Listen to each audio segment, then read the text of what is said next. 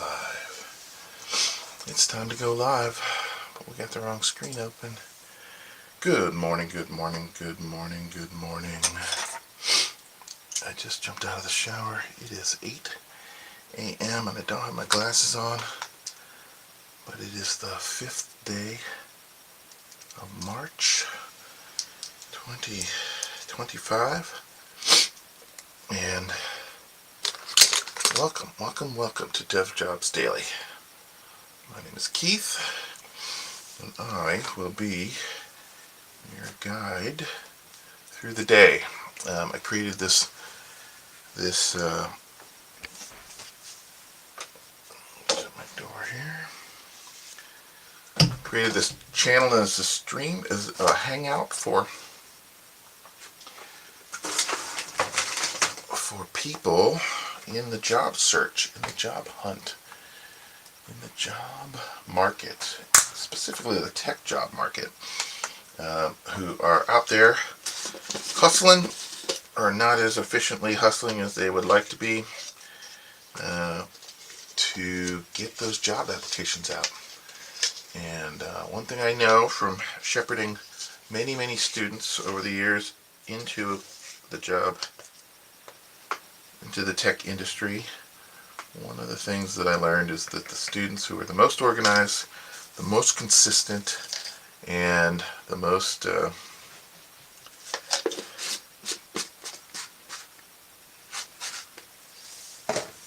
focused are the ones that got the job first. And one of those tenets really is just getting up every day, Monday through Sunday, checking the latest job applications and getting those things out, and be consistent about it. Lots of other tips too around how to find and best present yourself in the job search. But those are some key fundamental pieces. Just get up every day. Get a little caffeine in you. I got mine right here. And get those job applications out. We normally stream from 8 a.m. to 9 a.m. Central Standard Time, as we are broadcasting from Austin, Texas. But program note, this next 10 days will be a little different. South by Southwest is kicking off today. It is, if you're not from Austin, the largest tech event in the region that happens every year in March. It is a series of conferences,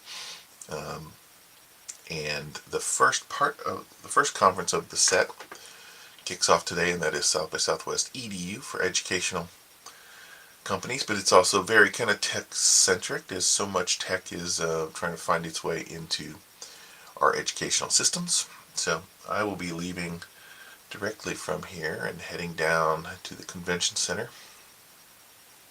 and walking the show floor this morning, which is a nice segue for 2 points. The first point is, for the next 10 days, I'm only going to be doing 30-minute streams. There's a lot of things going on as I look at the calendar in the morning, and some things I want to hit. So getting downtown, getting parking, getting to the location of where I want to be is always challenging in normal times, but that's extra true during South by Southwest in terms of parking and traffic and all the mess that comes with it. But where would you go? Where would I go? I created this app a couple of weekends ago, and I've spent the last 2 weeks getting data into it. And it is an app to help you find events that are free around South by Southwest. And it is at sxfreesw.com, sxfreesw.com. And we can see here that starting today, we have the Community Expo Day for South by Southwest.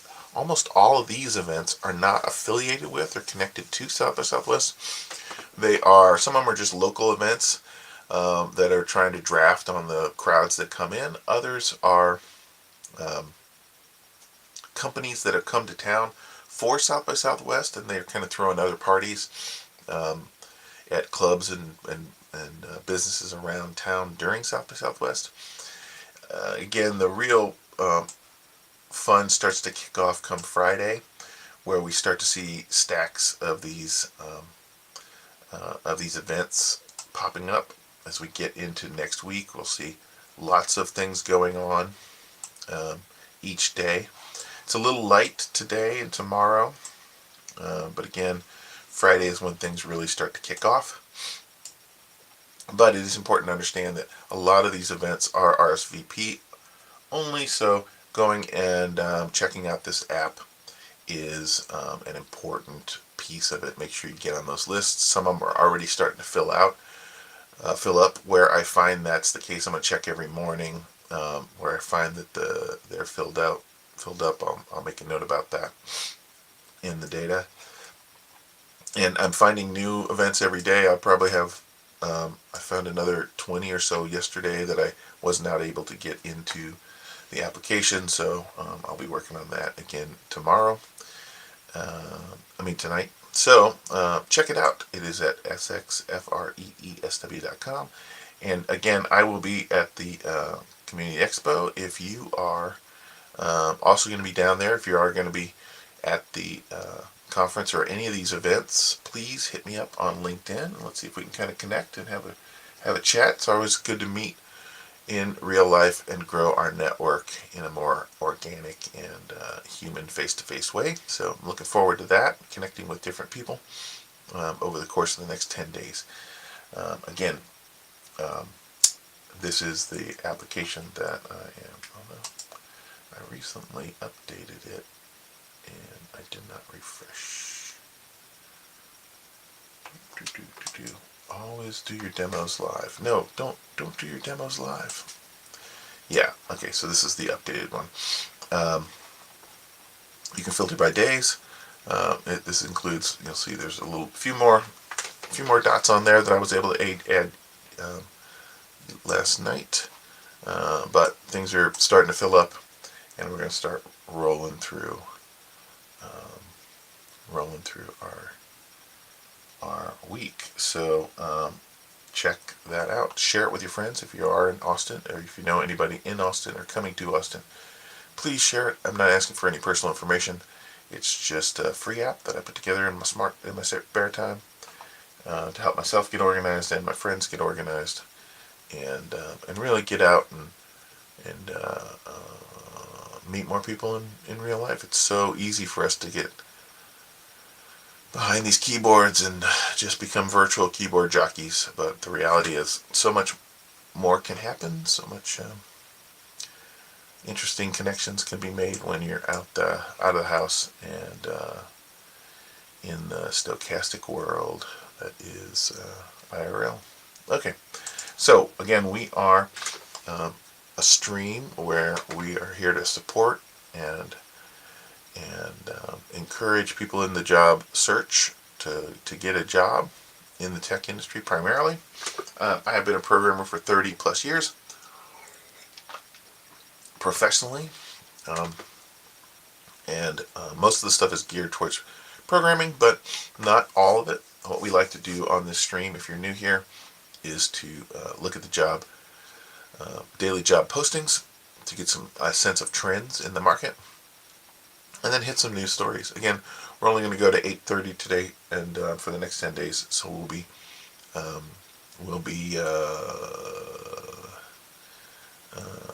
be rushing through some of this stuff. Let's hit those job numbers. I've been checking job numbers for almost 3 years, primarily focused on JavaScript, the programming language of the web. There are lots of other ways I could look at data in terms of the number of jobs, but I'm manually collecting this information right now, and there are some limitations to that. But JavaScript is the language of the web. All modern web applications utilize it for their front end, so not every application has a back end, but every application has a front end. So it's a good indicator of where the trends are in the industry. So if we look at the last 7 days, the number of new job postings on Indeed for JavaScript and entry-level JavaScript developers, we're seeing a nice little upward trend there. And it's been a bit of a roller coaster, but we're on the upswing right now, and always want to see that. If we look at the last 6 months, also a nice upward trend, and I anticipate that's going to continue. As we look at the last year's worth of data, it's getting pretty flat. It was more of a downtrend as we rolled into the fall. It was a relatively steep downtrend going into the fall, but things are starting to flatten out and turn around. That is a lagging indicator, of course. So, we want to see these things continue. There's been a pretty, flat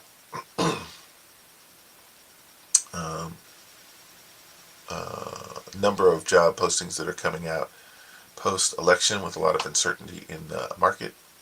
But hopefully that kind of stuff, the president will run out of ink in his signing statements and things will kind of calm down a little bit. That has not been the case this week, though, because those tariffs kicked in this week, and the market, in particular the stock market, has been in a bit of a free fall. None of that is good news. Companies, CEOs get their grade by how their stock is doing, and if their stock is down, no matter what the case, they don't feel, what the cause of that, they don't feel very comfortable spending a lot of money because that the stock price is directly correlated with their ability to raise capital, and it's that raising capital that they use to spend on new hires. So been a bit of a bumpy week, and again, until there's enough blowback on these, in particular these Mexico-Canada tariffs, until there's enough blowback on that and those get reversed, unfortunately it's probably going to continue to be pretty flat. Let's look at LinkedIn. Again, hit me up on LinkedIn if you want to connect at any and all of these events that I'm going to be heading out. Every morning I'll kind of give you an outline of where I'm going to be. And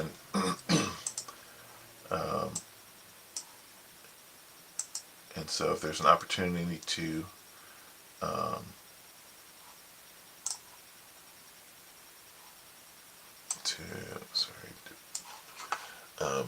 connect, I would really like to see that. Another reason I like to hit LinkedIn, and I'm on it all day, every day, it seems like, is they have a nice little news feed here, which tends to be a little more focused on technology and business. So when we look at these stories here, business leaders react to tariffs. Again, that's been the shakeup this week, and that's going to be the case. IRS plans to have its workforce. Most of those workforce people are not going to be programmers per se, but we have a huge IRS facility in Austin.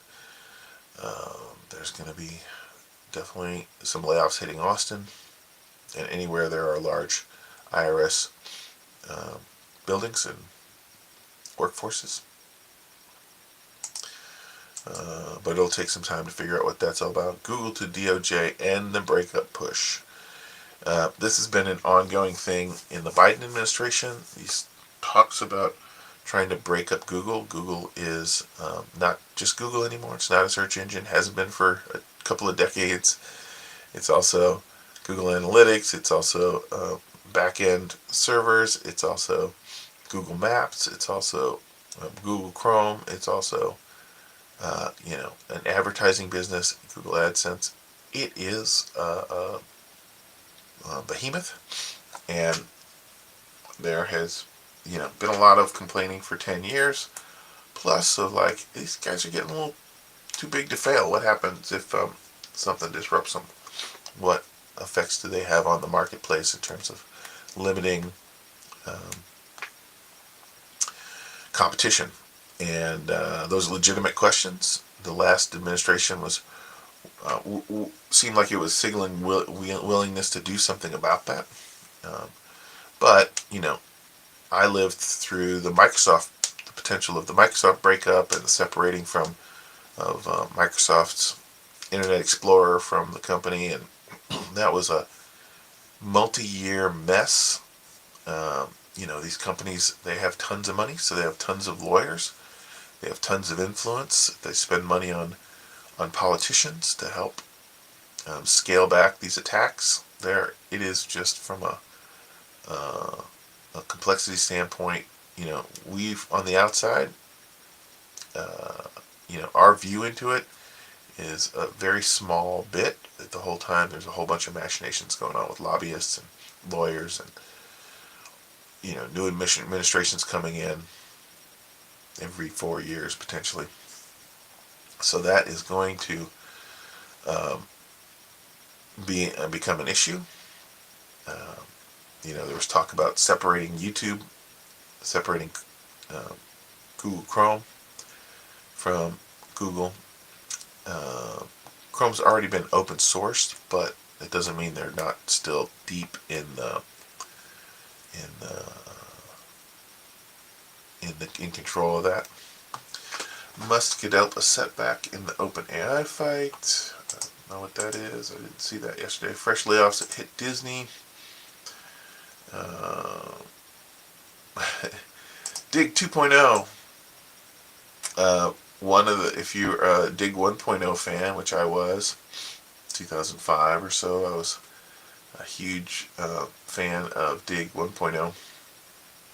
Kevin Rose went on to many other things, but just recently, in the last 6 months, he's gotten back to doing Dig Nation, which was his podcast, and he sold off Dig.com many years ago. It changed hands a couple of times, but I think it's not surprising that with his reinvigorating of the Dig Nation podcast, that there might be thoughts about Dig.com finding a space again, finding some prominence in the social space. It was a news aggregator, if you're not familiar with Dig.com, and really the first really good news aggregator. The idea of the upvote came from Dig.com, and now that has proliferated through so many other apps that we interact with. And more importantly, from the Austin angle, he and his Dig Nation host are coming to town, and they're going to host a live Dig Nation podcast here in Austin, Texas next week. I will not be going to that. I thought considered it, but ultimately I thought it was going to be kind of a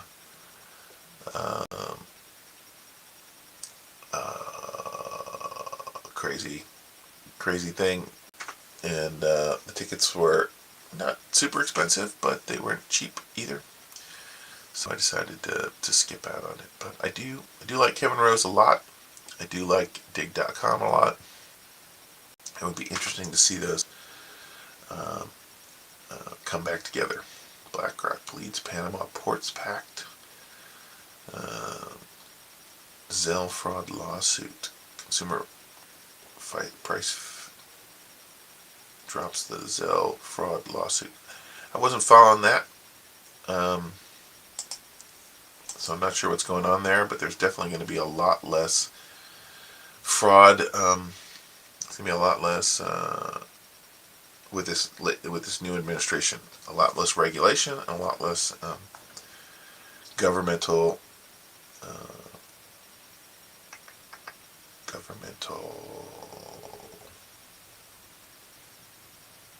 policing. Yeah, the word's not at the tip of my tongue right now. Let's see what we got here. Business leaders react to tariffs. The rollout on tariffs caused no shortage of ripples through the markets as business leaders assess the new landscape. Target CEO Brian Cornell warned that produce prices could jump within the next couple of days, quote unquote, and Best Buy CEO Corey Berry said price hikes were very highly likely. The U.S. Chamber of Commerce urged a swift end to the tariffs, and automakers' lobbying group argued the levies will undermine domestic industry's competitiveness. A lot of talk about the auto industry and how that's going to raise prices, but uh, those are definitely going to be lagging indicators because the cost of building a car and creating the parts are going to be more expensive, but that just takes time to go. There, takes time to build a new version of the car. It's not going to necessarily change the price of the car that's on the market today. Um, that's not likely, but the ones that they're building now are going to be more expensive to build as a result.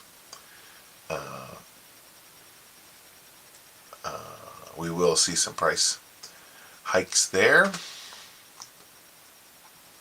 Um, so that's something.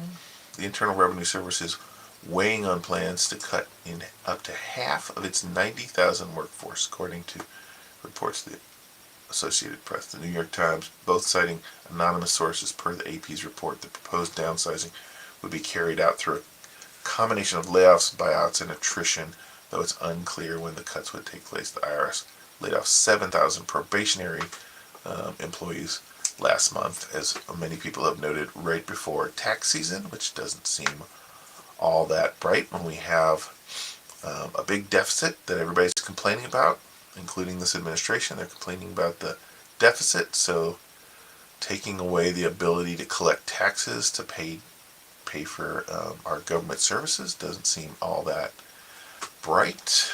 But again, smart and dumb people will argue that point. Elon Musk's legal efforts to stop OpenAI from restructuring as a for-profit company were dealt a blow on Tuesday when a judge ruled that the Tesla mogul failed to meet the burden of proof to bring an injunction. Other elements in Musk's lawsuit against OpenAI were allowed to proceed. Musk, who is among OpenAI's co-founders, has been embroiled in a feud with the ChatGPT maker since leaving the startup, and recently made an unsuccessful bid to buy the company, and that was not a serious bid. So that is not, he tweets out, "I'm willing to buy it." That's not a bid. That's just not a bid. That's nonsense. Just nonsense. Okay, Alexis Ohanian is on an acquisition spree. The Reddit co-founder confirmed Tuesday on LinkedIn that he's part of a group endeavoring to buy TikTok.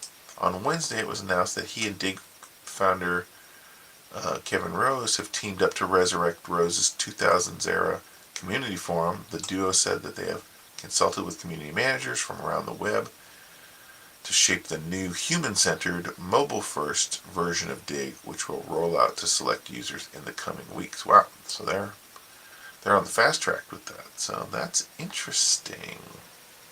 Again, I was a huge Dig user, and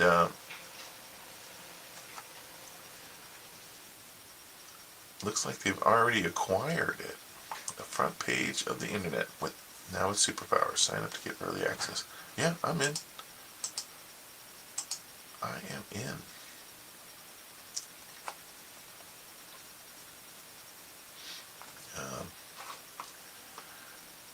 Gotta dig. Very cool. That's some good news for me. In a week full of not so great news. How much time we got? 6 minutes. All right, we're going to wrap it up pretty quick here. The Consumer Finance Protection Bureau, CFPB, is no longer pursuing a case against JP Morgan Chase, Wells Fargo, Bank of America, and Early Warning Services, the parent company of the peer-to-peer payment service Zelle. The lawsuit alleged that the bank and Early Warning Services failed to adequately protect consumers, including failing to investigate fraud and provide reimbursements. The agency's new acting director has dropped more than half a dozen lawsuits involving lenders and financial institutions. In general, I think that's a bad idea. Personally, I haven't been following the Zelle story. I do bank with Chase and have for decades now. I've not been a big Zelle user until recently. I've been using Zelle more to move some money between my son and myself. But every time you log into to Zelle, they put a big warning, like every time. Hey, there's lots of fraud that goes on here. Don't be stupid. Is what the is. I'm paraphrasing. Is what the warning says, and they make you click the button saying, "I swear, I'm not going to be stupid." There's lots of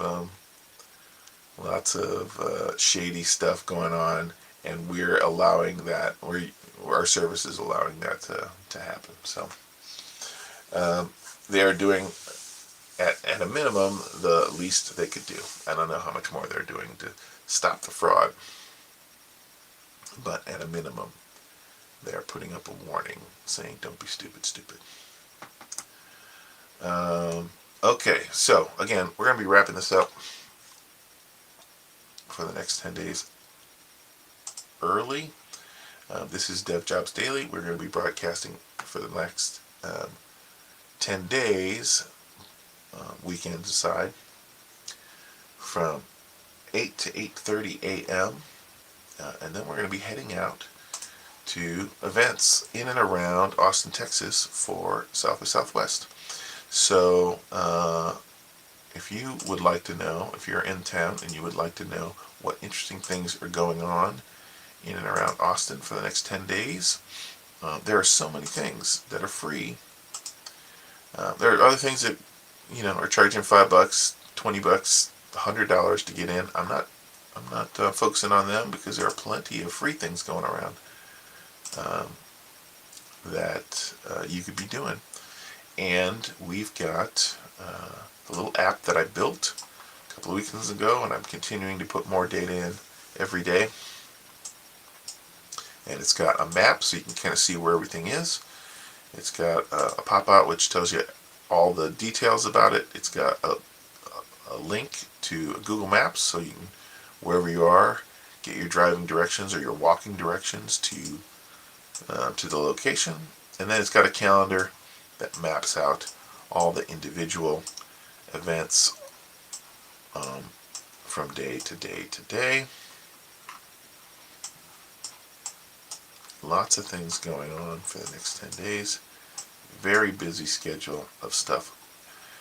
There are plenty, at some point we've got 10 things going on, maybe a dozen things at the same time. Plenty of fun to be had checking stuff out.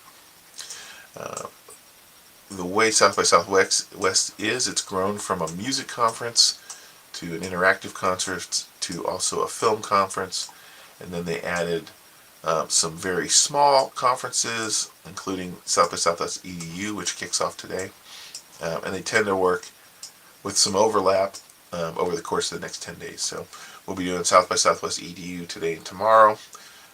Friday kicks off the beginning of interactive. Film is going on concurrently next week, and then the music festival follows in its footsteps.